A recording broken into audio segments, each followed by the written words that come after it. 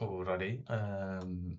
Cool. We're just gonna give it like a few more minutes, let people filter in.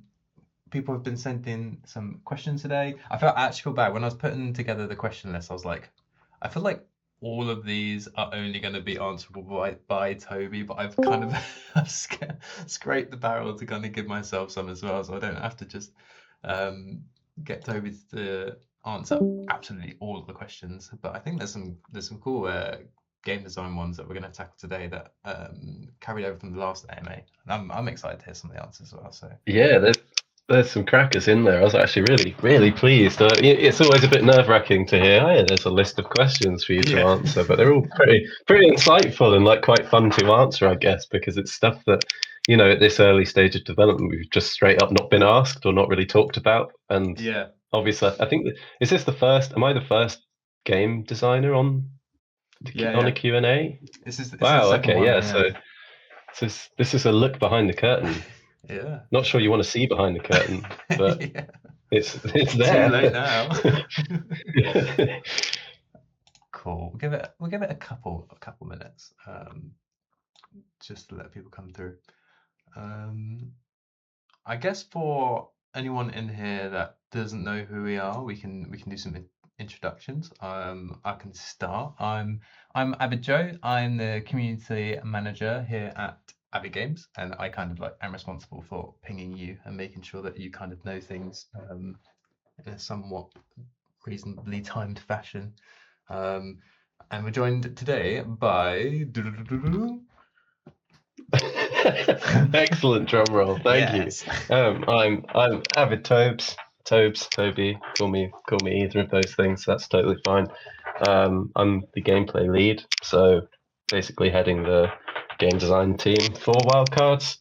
So if you've got any beef with certain designs, you've got me to blame in some way, shape, or form. So yeah. Sweet. I kind of like I didn't know what to do, so I improvised with the drum roll because sometimes when I introduce people, I just like I introduce them and then I'm like, can you introduce yourself?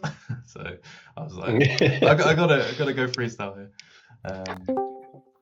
Cool. I got the gist. Don't worry. Yeah. I know a drum roll when I hear one. Yeah, I was literally just like staring at your little profile, being like, please go green, please like stop Oh, talking. that would have been so mean if I just didn't. Just If I left just me there. didn't rise to the call there. Yeah. Cool. All right. I think we can get started. So yeah, welcome to. I think it's our second Wildcards AMA. The way these normally work, we get people to send in questions ahead of time, so we have a bit of time to kind of go through them, get you guys some answers. But we also have the crowd text chat, where you can leave any questions. If you don't have a chance to send them through, that's okay. After we go through the set of questions that have been sent in, we trail through the channel and answer anything that you might want to know. I think it's probably a good time to get started. I feel like there's always a question, no matter what AMA, who's coming along, that gets asked, and it is, what's your favorite hero, Toby? So I think that heroes are in a pretty good spot, especially after the Cleo buff. Heroes feel like they're in a pretty good spot, and it's actually quite a hard decision because it depends sort of what flavor you're wanting to play in any given moment. Sometimes you'd rather play something a bit more offensive. Sometimes you'd play something more healy. But I have to say, I think out of the ones in the game at the moment, I do think Blackbeard's got a certain je ne sais quoi where I just feel like controlling your opponent's attacks is really going to fold out as like one of the most crucial strategies as the game expands. So yeah, and the fact that it changed to make both players attack, I think, just adds to the spiciness. So it works for you, but it doesn't work for them a lot of the time, which is always a fun kind of vibe. A bit antagonistic, but yeah, I think that would be. Although I have to say, my actual favorite hero is it's not in the game yet. Unreleased. It's unreleased as of yet. So so there's Right, that I'll have to to look forward to. I have to ask you after. But I know as soon as like the new Blackbeard kind of change came through, I was like, wait, this is like I keep saying to Grant that like, oh, when we know what Blackbeard does properly, then we have to rematch, because I think we had a game where we were like, yeah, this is gonna be, I'm gonna force you to attack and then you're gonna use up all your shields. So I think that showdown is coming. But also Blackbeard has like, I think it has the best tier 2 shiny art. I think it's so it cool. it is really cool. I think Pirate like Anne Bonny as well. Anne Bonny, I know that's Yeah. not a hero. Anne Bonny tier 2 is like easily my favorite tier 2 card. Yeah. Not to downplay the others, but No, like no, that no, one no. is just it just hits the vibe. Like I think also River Styx is up there for me as well. So there's just so many.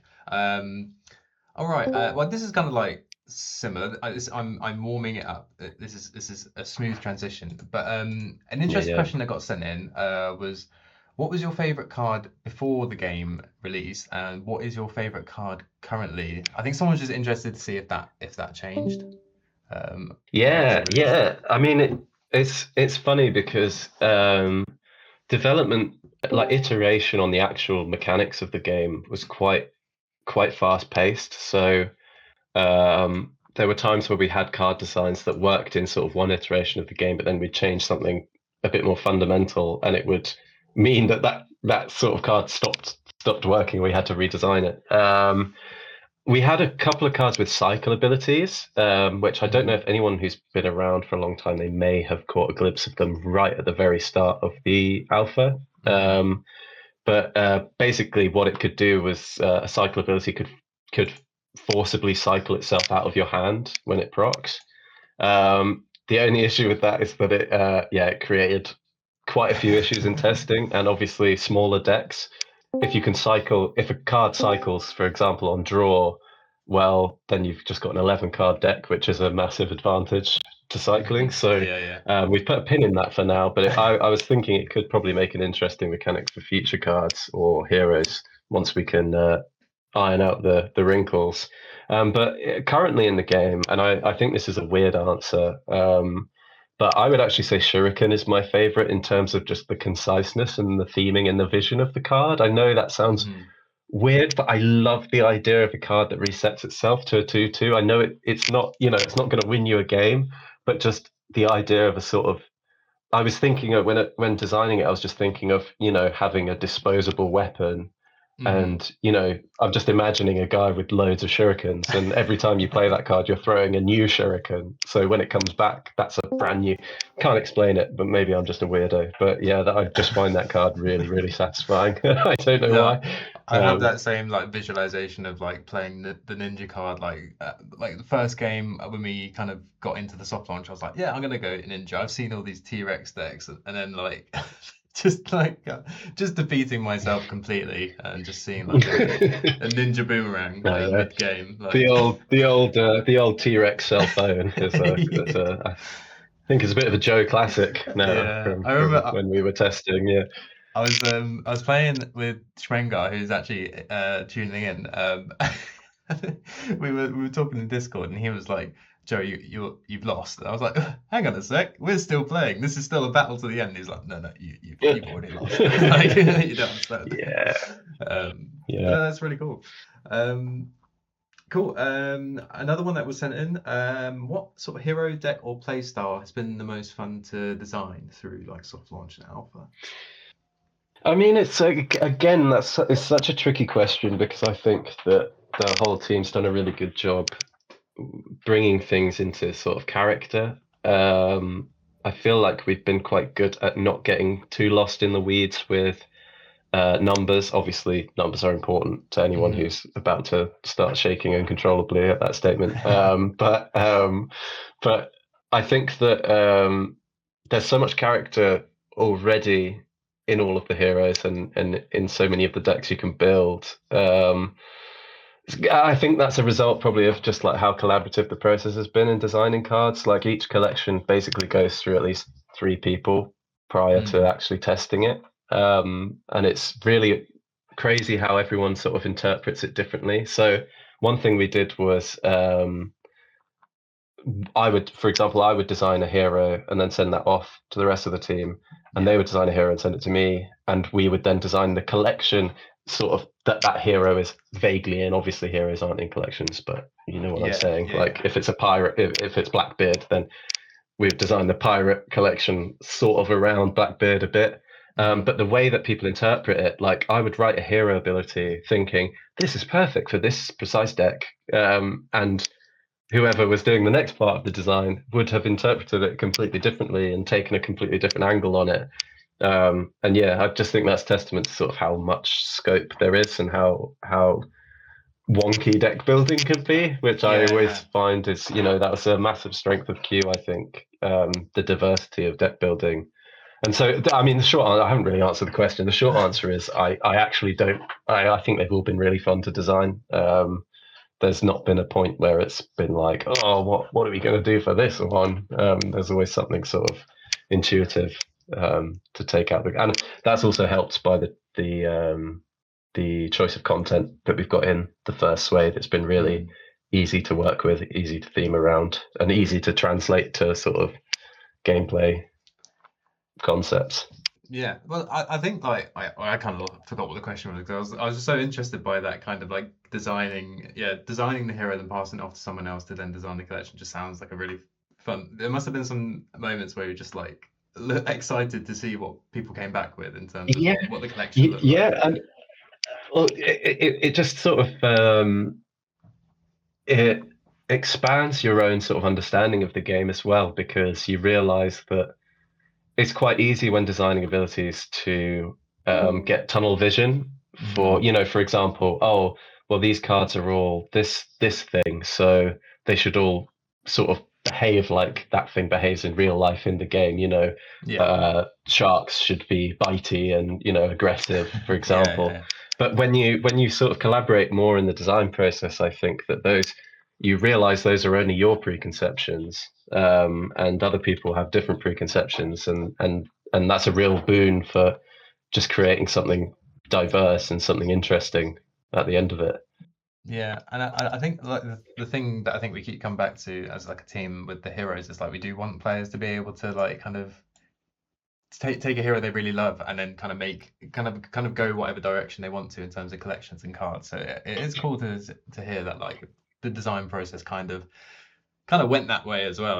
Like you build it Mm. for you might build Blackbeard with pirates in mind, but someone's like, hey, I know where to put this, and it's with felines or something like that. So that's really cool to Yeah, hear that yeah, that could happen. yeah. And I mean, looking at the Discord as well, like some of the guys, some of the stuff you guys have been cooking is like I was just like, what the hell are you doing there? And then it's sort of the penny drops, and you're like, oh, wait a minute, yeah, that makes sense. Like that makes Yeah. perfect sense. I get why you built that. Like, yeah.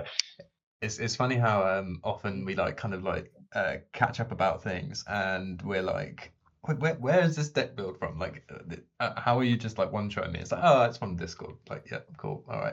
It's like, oh, like how are things getting on? It's like, oh, there's a YouTube video out, and that's how I get my information now. It's just funny how like sometimes when you like when the game gets into more hands, you start learning more and more about it because it's just Mm. there's just so much going Yeah, around. yeah, for sure.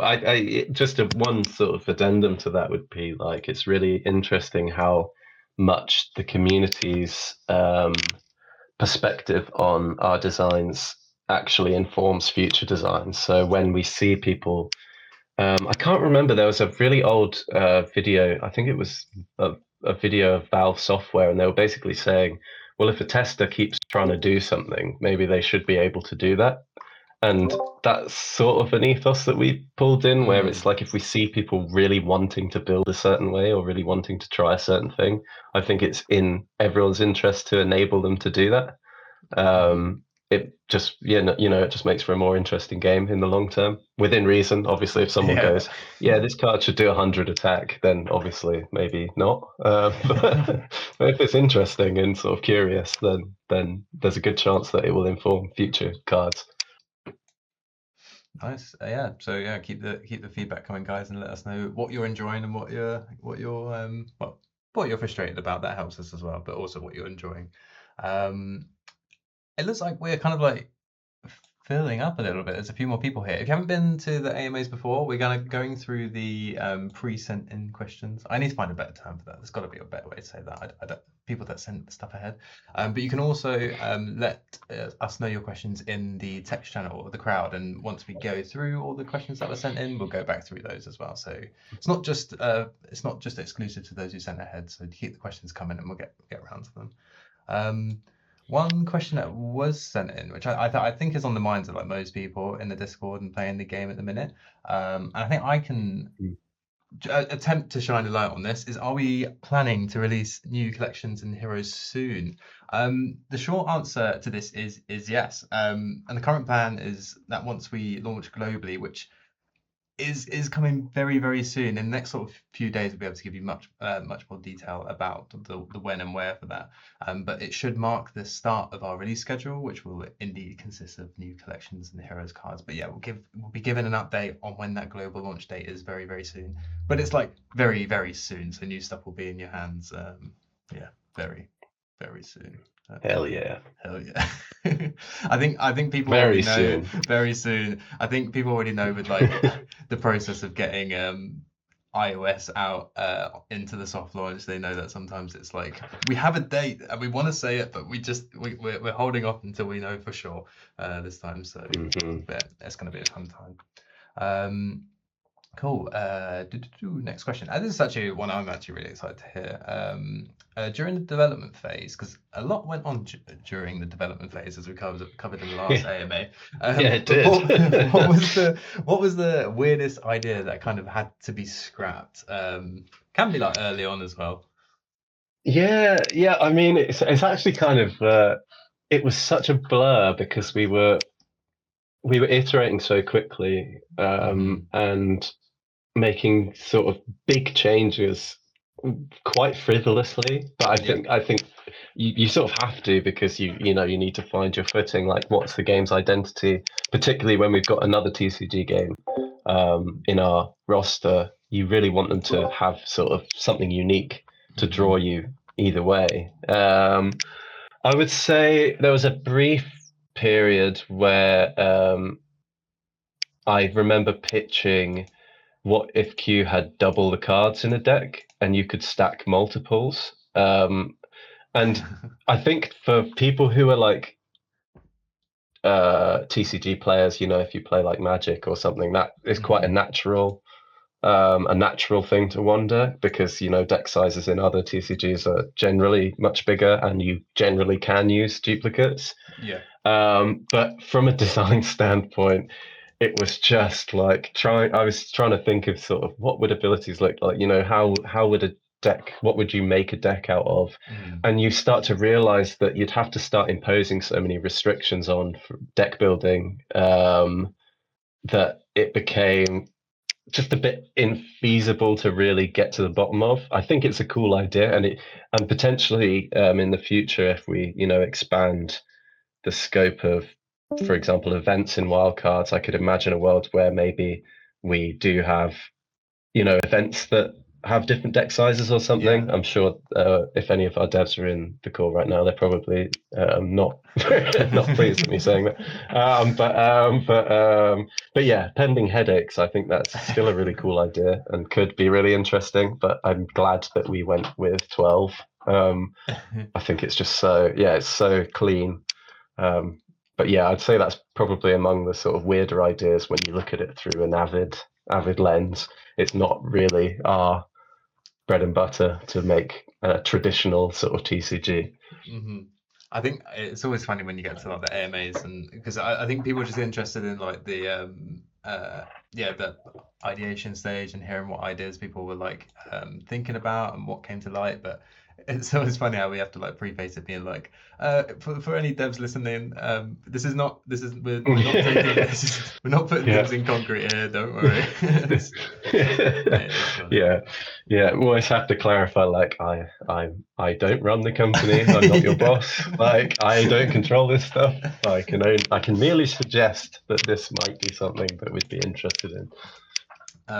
But yeah, I like with the weirdest ideas. It wasn't an idea that was scrapped, actually. It's one that's stuck around. But I remember talking to Emma in the last AMA and saying like how rapidly things were changing. Like I think I took like 3 days off and I came back and like wild turns were a thing, and I was like, wait, what's this? This is Oh cool. yeah, sort of thing. So I think yeah. it's like I'm trying to think back to like the very foundations of wildcards and what was different. I just think there's like so many. It'd be a fun time to kind of go through and get those screenshots out about But like you've you've just reminded me of. I actually remember. I can't remember.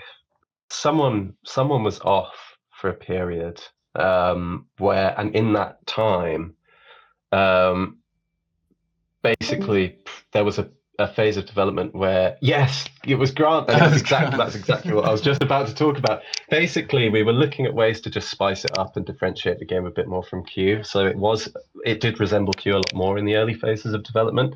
hmm And we had this one meeting and we were all talking about it. And I remember being like, what if you didn't attack every turn? Like, what if that just accumulated and then you chose to do it? Yeah. And trying to explain that to Grant afterwards was quite funny because it's like obviously a huge design shift, a shift in paradigm. But I think I like to think it was for the best. I But think I yeah, think that was really funny because it was quite hard to explain. Like, yeah, yeah. so you know how in Q, like you damage every turn, you don't do that anymore. That key sort of thing to Q. Like, Yeah, and I think I think that changes so it is cool because yeah, like Grant mentioned, it opened up so much because it just gives the player like a lot more agency. And I think one of the key things from like Wildcard's development, I think it was something Avid Paul Seeves was saying in terms of like how they want the game to play out. You want it to be a story, like you want to react to how your opponent is playing, and you want to like mm, have the tools to do that as well, which I think makes for a really engaging battle. It's funny because I was catching up with well other Avid Paul, and I was recording a dev diary with him, which is going to be out sort of like in the next sort of few days, and I think there was a key. I think it was the same meeting you were talking about. There was a key meeting where it was like oh yeah. a lot changed and a lot was like it apparently everyone came out a bit like this is great. Like, I feel so much better, but I don't know. I didn't take him at his word. Um, cool. I'm actually kind of getting on in terms of time, so I'm gonna get through. Actually, this was another one that kind of changed. I say early development, mid development. I have no idea when it changed. It did change. What was the reason for the stat squish? So going from cards with sort of 70 attack to single digit numbers. Yeah, so there's kind of a boring answer to this one, and that is that it's a lot easier to pass at a glance if you're hmm working with single digits, generally speaking. I think that you sort of might notice that we're not going super crazy on, multiple conditions on cards. They generally tend to have like one condition, and that's by design. It's all intentional. We really want to push the limits of where being simple in our approach can get us before we start introducing more complex things. hmm As you should really. And squishing the numbers was sort of just a vector of that choice. It can be quite challenging. Like I was designing cards the other day, and I really like, for the sake of balance, I really, really wanted to make a card do like a half attack, like point Yeah, yeah. 0.5 attack.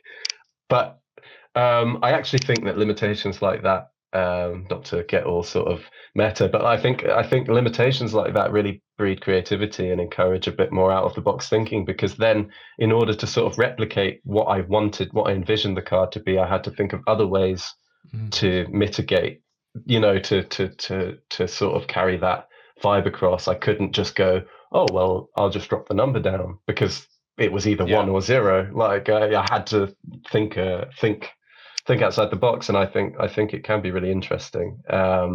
Obviously, we do have like Heracles, which is technically double digits because it's got 12 attack, but I think you should seldom see that. It will generally be stick to single digits still, as long as we feasibly can. Yeah, I think because like I think one of the things that we were seeing from like player feedback was like there's quite a lot to keep track of, and the buttons are small. We like them to be a bit more like noticeable, and whether they're like key factors in gameplay, which there is a update coming out which I think addresses. I think Games with Dads put out a really good video going through some of the previews of the new UI that's coming to the game, but kind of just making the core gameplay elements much more visible and like, you know, centralizing them, so you know when your ability is going off. So I think it is totally right. And the thing that helped me with like building decks and knowing which cards to play with the smaller numbers was like I kind of like look at an 8 or something and I'm like, okay, heavy hitter, and then it is just easier to pass it at a glance as well. So Yeah, because like you do often get it in queue where it's quite hard to, without putting pen to paper, it's quite hard to figure out, you know, the max potential of a deck, the max potential of a card, because you're working with a number like, I don't know, it will do plus 17. And it's like, well, that I'm not mathematically inclined. Like I'm not very good at maths, generally speaking. And so for me, there's this like I have to take some time out when I'm in the deck building screen to go, okay, so this one does 17, but it will hit 4 times. How much is that? And then, but when it's just, you know, this card does 3, well, I can do 3 times 4 just fine. Like, you know, like, yeah, it's definitely makes it a lot more simple, I think, cognitively, like really reduces the load on the player. Awesome. I guess this is kind of going into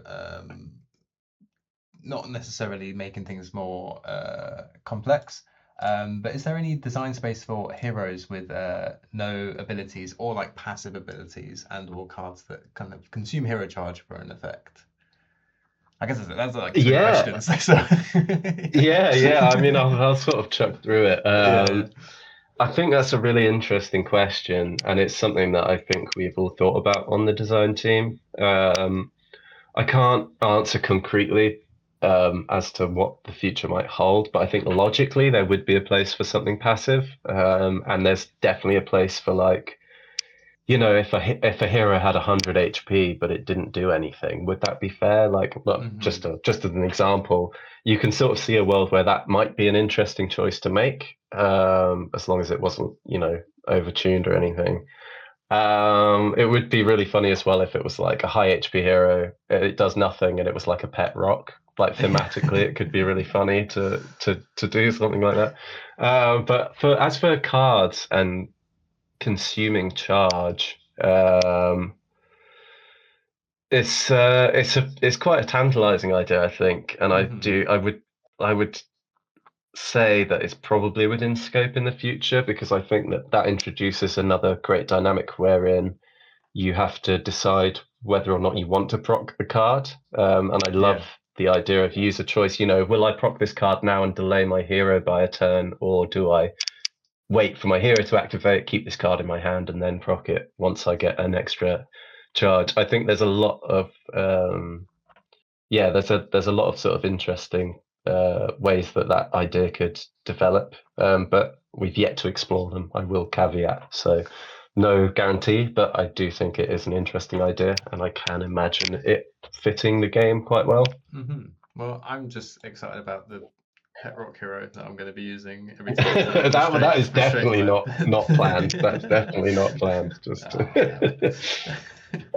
Oh, that would be cool. Well, I feel like we had a PlayStation session the other day, and I remember uh one of the members of the team had I don't know what deck it was. I think I was trying to finish up some work, but they had a deck that was just generating shield after shield after shield, and everyone was just getting so frustrated. It was just like, it was like good game, I won again, and I think it was like we have like hundreds of shields, but so I was just thinking like a rock card would be a cool like, um, yeah, way to frustrate my you opponent. know the ability would be called rock solid straight away, or let's rock or something. You know, we're going for the low hanging fruit on that one, definitely.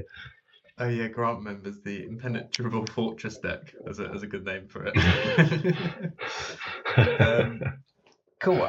So we're getting close to the end of the sent in questions actually. So I'm just gonna quickly go through the last ones. Someone's Yep. wondering why some of the heroes with the most difficult ability to play, Cleo and Brain, although have had some changes since they sent in this question, I think, are among or also among the ones with lowest HP.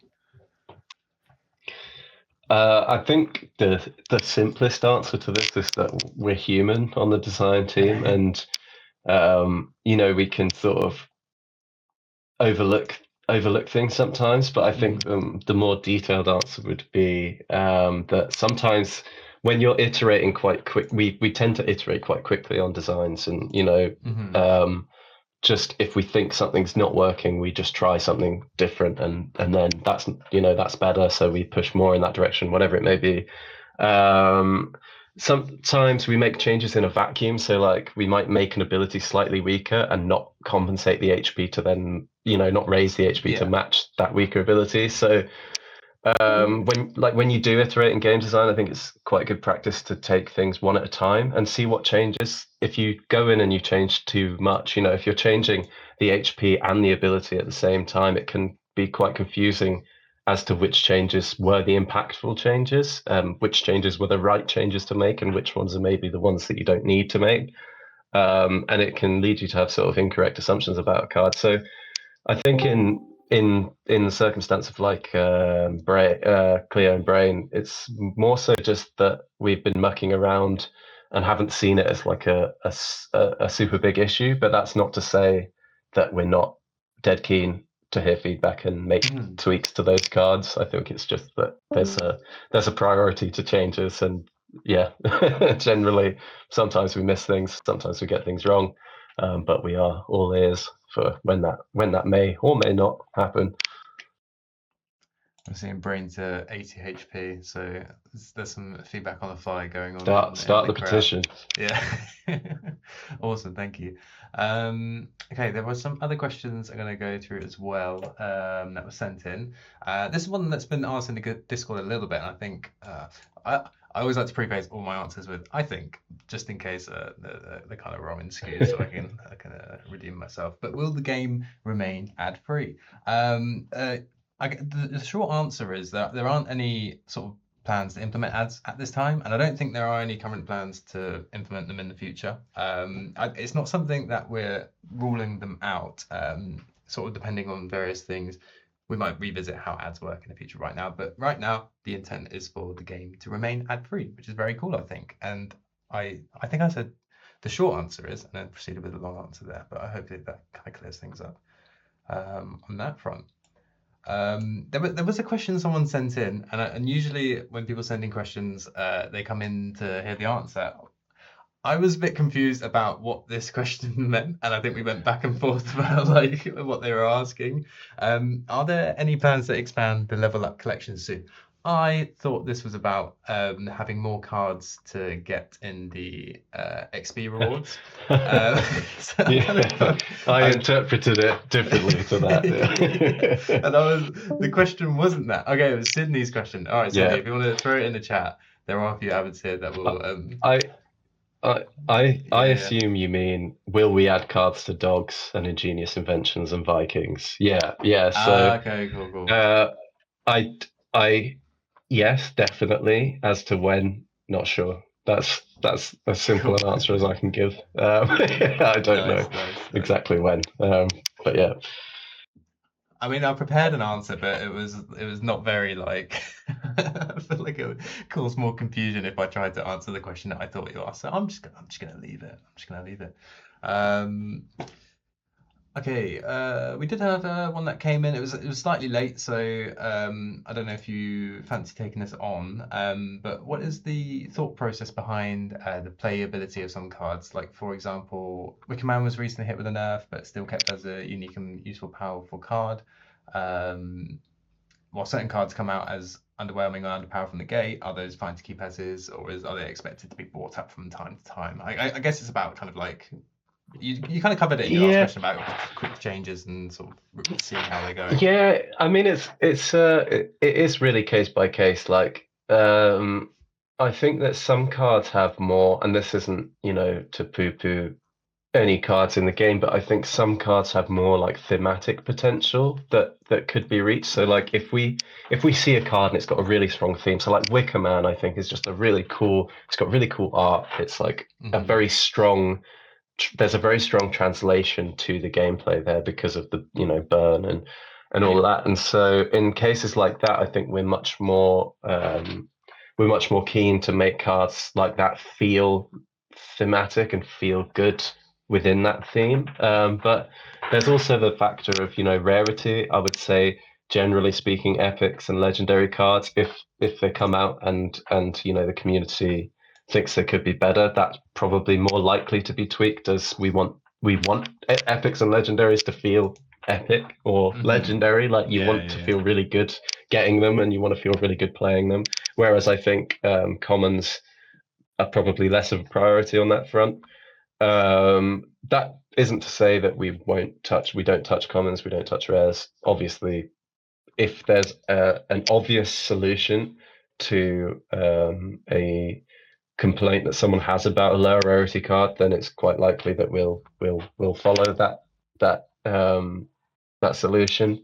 But really, yeah, it's really just super case by case. It's super sort of dependent on what the card is, what rarity it is, how weak or strong it is comparatively as well. I think that there's an ethos in the design team that obviously commons are readily available, but that doesn't necessarily mean they should be weak. They can still be interesting and they can still do unique things. It's just to a slightly lesser extent than a higher rarity. So yeah, sorry, very long way of saying it's pretty context dependent, I guess. Yeah, no, all good. There's a little bit of a Avid mention of Wicker Man being nerfed, and I think Avid I know he he was too strong. He was too strong. Come on, like. Grant said that was the issue. Cool. Yeah. Right, so I think we're coming to the end. There was one question that was sent in, and it's a little bit of one of those like we'll be looking into something like soon, and maybe give you a better answer at a future point. But are you considering any mechanism to get rid of all the dupes that are not fusion ingredients? For instance, something like crafting, as it would be nice to get craft commons into rares, etc., etc. I think this was something that like we haven't made any plans to revisit like a crafting system right now, and with the global launch like right around the corner, that is very much our focus, making sure like the game's polished and tweaked enough to get it into more and more hands. But I think lots of things are being considered. Plans as you've seen wildcards with the soft launch, it's been growing because of player feedback. So if you do have ideas, and if that feels like an issue, well, within trading card games, we know that duplicates is always something on people's mind. Let us know your ideas and feedback. But I don't think there's current plans for duplicates, but it's definitely something we can. My brain just went blank. I saw Grant type and I thought he was answering my question and it wasn't, and I was like, oh no. But it's something we can find out for you. We can get you a question. It was. I was just reading wrong. Anyway, moving on. That's kind of us done with the sent in questions. This is the part where we kind of go through the channel and see what you guys have been asking us. Yeah. This is the part where I get distracted by like memes and stuff that people have been posted. There's I mean, I'm already distracted by the commentary on Nikola Tesla being low-key gorgeous. Did you know that Nikola Tesla exclusively ate one kind of bland soup for like his whole life? Just thought I'd throw that out there. Don't know. Just thought that was some good lore. I think Wendy, you probably did know. I feel like you probably made a video on it or something. Requesting a soup recipe. How do you know this? If I may go back to a question from Tangent earlier, because I think it's quite important to cover. They asked, was it intentional that cards are weaker / stronger depending on where they slot? Pizza drawn on right and held is much stronger than left because cards get to burn before pizza is activated. It actually is intentional, albeit it's not very well telegraphed throughout the game right now, but there is actually an order of resolution to cards, and it does go from left to right. So a card on the right will proc after a card on the left. And I believe there's actually also an order of resolution to the players. I can't remember. These things might have been ironed out behind the scenes. Someone step in if they know the answer. But yeah, there is actually a ordering to the cards in your hands, which is unique to wild cards and doesn't apply to queue. Yeah, exactly. Player order. Yeah. So both of those things do matter. So if one of you's got on draw freeze and one of you's got on draw burn, but they have priority, then they'll freeze your cards and then you'll burn your cards, thereby unblocking the freeze. But yeah, it was a massive thing for just letting us do certain abilities and sort of understand the flow of the game. But yeah, so I'm sure in future we'll be looking at ways to telegraph that better to players. But for the time being, you can tap your nose and know that you're on the in club. You're on the inside. You've had a peek behind the curtain there. So yeah. I actually love the question that's just been asked. How does being a Q dev, Q and wildcards dev affect your social life? Are you spewing out nonsensical trivia all the time? That's actually such a good question. It's funny because Yeah. I feel like it's not like it's not necessarily like mainstream general knowledge. So like if we're playing, I don't know, if we're doing like a pub quiz, like I don't necessarily know the answers, but I know there's like a macaroni penguin, like name a type of penguin, and you're like macaroni, and then like, they're like, well, how do you know these things? It's like those niche kind of like bits of information Yeah. that creep Yeah, out from time to time. I mean, I think the biggest effect on your social life is just how insufferably passionate you can become about really niche, unimportant things. Like, there's for some reason you just find yourself having an affinity to a certain species of dinosaur, for example, just because Yeah, you've yeah. read the card back so many times that you're like, wow, I love that dinosaur. Like, and I often find myself like someone mentioning someone in wildcards or queue, and I'm like, I know that person, and then like, oh, brilliant, they were this and this and this, and I'm like, I just know the name. I like that's where yeah, that's where right. my The amount of things like playing Q, playing wildcards completely ruins the sort of schlocky crap history channel shows, like all TLC shows. I don't know if anyone's familiar, but like those ancient aliens and stuff, it's like you already know the answer because you've already got the cue card. Like you already know what they're talking. They'll be like, "This mystery took place here," and you're like, "Oh yeah, I know exactly what they're talking about. That's that one random thing that happened in, I don't know, the Pacific Northwest in the 70s where someone thought they saw an alien or something. Like yeah, it's it just came out 2 weeks yeah. ago. Yeah. Um, Cool.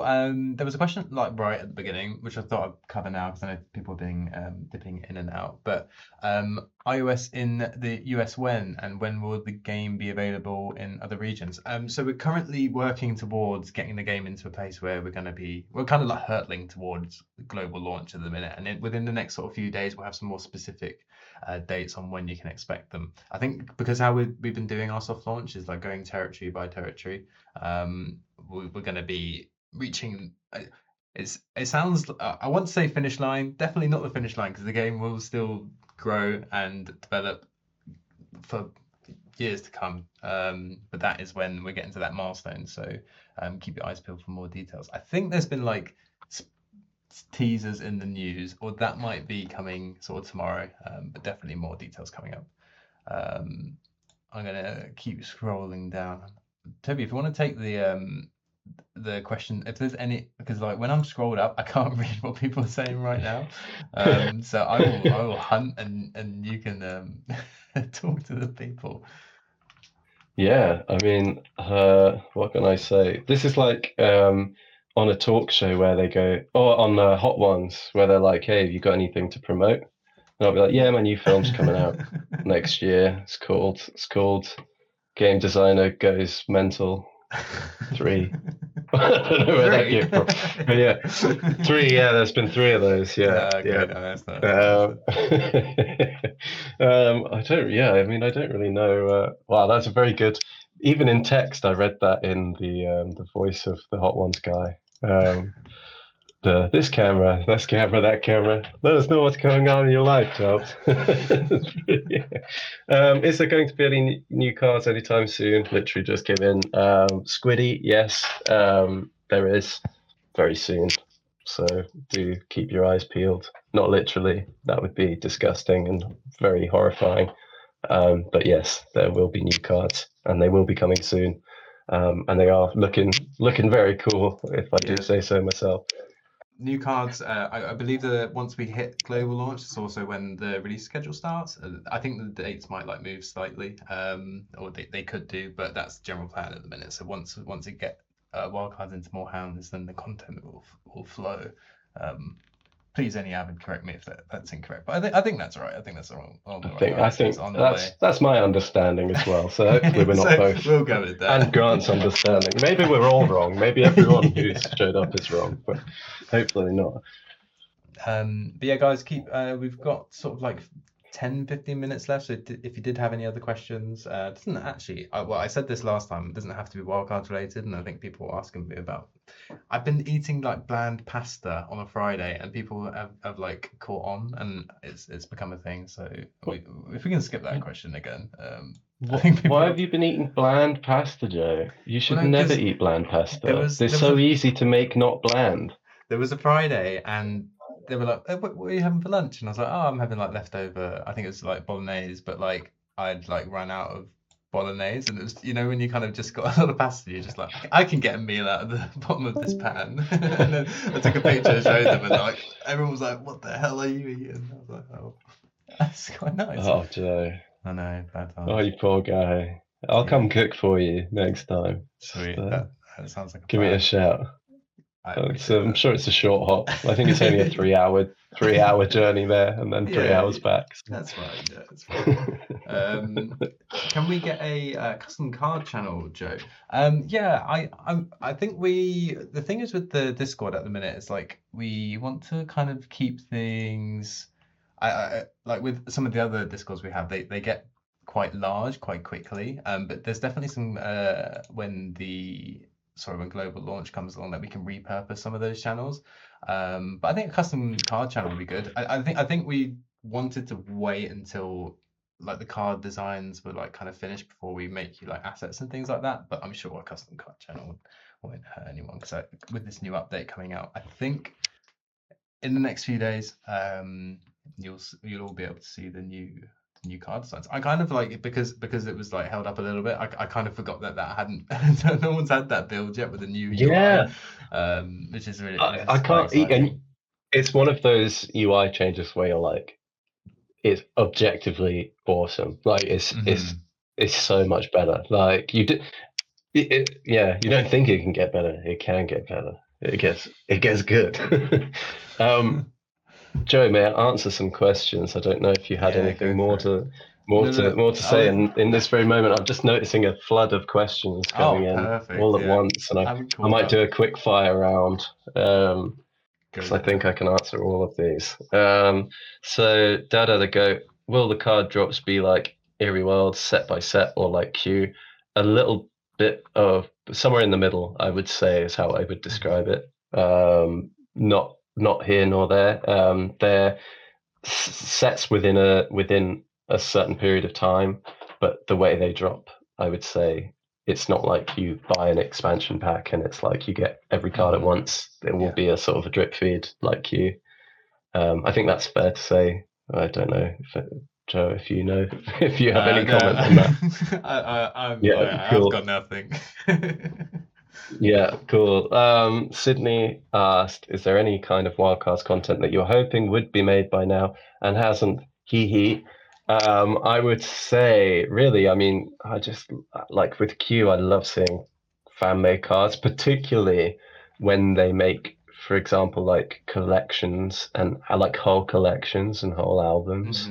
I just think that's so cool. Like, I just think it's so crazy that someone likes the game that you're working on enough to go, yeah, I'm going to dedicate my entire weekend to designing, I don't know, a tank collection or whatever it is. Like, it's really cool. I hope that's an acceptable answer.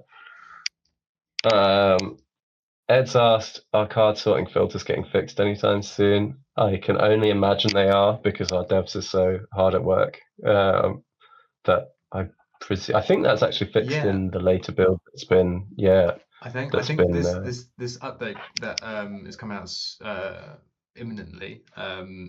It's a chunky boy. It's got I mean it's got like the I think in the patch notes the UI and the card tweaks were only like 2 bullet points because it was just like I couldn't the list would have been too long. So there are lots of fixes in the new one.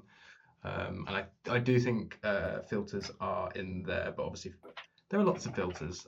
So if some have slipped through, let us know. But yeah, the build should take a stab at fixing a bunch of those. yeah. I was just gonna answer. I think there's two more questions. Opposite the XP levels, there's an empty bar in the home screen, if I remember from my head. Will that be filled? If so, with what? I think it will, but probably can't really say what. Just because we don't know the full details yet. But I think that will have a purpose. I don't think it's a vestigial piece of UI. So keep your eye. So second time I've asked Squiddy to keep their eyes peeled. Again, Yeah. please, not literally. Like, do not peel your eyes. It's a really bad time. But yeah. Awar 2000 said, "Are there any plans for ongoing effects, such as having a card that converts all bad effects on itself into positive effects, e.g., -2 attack becoming +2 attack? Is this possible?" It's not currently possible. But things like that sort of dynamic play, I think can be really, really interesting. And I think that once the game's matured a bit, once the meta's sort of outlined itself a bit better, I can imagine a world where we do start to look into a bit more sort of more reactive effects, where it's conditional on, like a good example. The example that I always have in mind is if you had a card that said, if this card costs 3 energy, do this, but the card costs 4 energy, so you have to get that card reduced by 1 energy before it will proc. That's a sort of similar vein as to what you're saying, and I think that sort of thing could be really cool in future, but it's not like a plan right now. Sweet. I'm posting a video on custom cards today to make a competition. Awesome. Well, I think I might be able to get you some assets if that would be helpful. So yeah, that would be cool. That'd be a cool community thing to do. It sounds good. It looks like we've got to the end of the questions that are sent in, and if anyone has any questions, we've got a little outro for 2 minutes, so just fire them my way. DMs later, Joe. Yeah, sure. I can jump on that. But yeah, I think that's most of the questions. I don't think I've missed any in the chat that haven't been answered. I did see Grant say that he almost spoiled something, and I kind of want to know what it is, but I won't I kind of want to know what it is as well. I'm curious what specifically, Grant, you wanted to leak. But maybe we can talk about that one in that can be a future, not on public Discord. Maybe you can tell us in private. Yeah, I think Avid Emma would not have been happy. I think some spoilers will leave to people that really want to spoil them. Let's all pretend the mic isn't working, then wait for the leak. Yes, that we can do that. Everyone here, we're not going to tell a soul. It's all good. Cool. What happened to the Kickstarter? So the Kickstarter is still up. The aim for the Kickstarter was to generate some interest in the Wildcards project, and I think there's still things that we want to achieve with a potential Kickstarter. So we'll be putting out some comms about status with that, because I think with how the mobile side of things has been developing into like soft launch alpha, it's been a little unclear about where the Kickstarter lies, but we're going to be keeping everyone in the loop on that as well. But yeah, keep an eye out for those comms coming out. Okay, so I think that's most of the questions. Thank you so much, AvidTobes. I never know whether to say AvidTobes or I just say Toby. Toby's good, isn't it? Thank you so much for coming along. Either or. Either's fine. When I see you in person, I'll call you AvidTobes. But That'd be kind of weird, though. we actually, when we meet up, we all call each other Avid Grant, Avid Palsy. Yeah. No, Everyone. we had to legally change our first names to get the job. I thought that was Yeah. I thought that's what they told me, at least. Like, I'm legally AvidTobes now. I don't know. So Sometimes I think I've done it once where I've like signed off an email like Avid Joe, but a personal one instead of a work one. So it gets a bit blurry after a while. That's how I'm known in the UK now. Yeah, it sticks. It sticks. Avid Toe. No, Wendy. This isn't gonna. That's not something to stay. But it's. I actually prefer it to We Avid don't Go. bring up toes round here. I'm afraid to bring up toes in any Discord because I've seen what happens in the Q Discord when you mention a toe, and it's All not hell fun. breaks loose. Yeah. Cool. Yeah. Well, but thank you everyone for coming along. It's been it's been really interesting to hear about more of the game design stuff. So I really appreciate you going through the answers on that. It's been good. If Yeah. anyone has like Thanks for having me. no problem, no problem. This has been recorded, so we'll be posting this a little bit later on in the week. On the last one, I think I forgot to record my voice, so if anyone wasn't here, I mentioned that I had to re-record myself pretending to be doing it live for the first time, but I think I'm all good for this time. But yeah, thank you so much for coming along. Thank you, Toby, for coming along too, and we'll catch you in the next one. Catch you Thanks, everybody. later. See you later. Bye bye.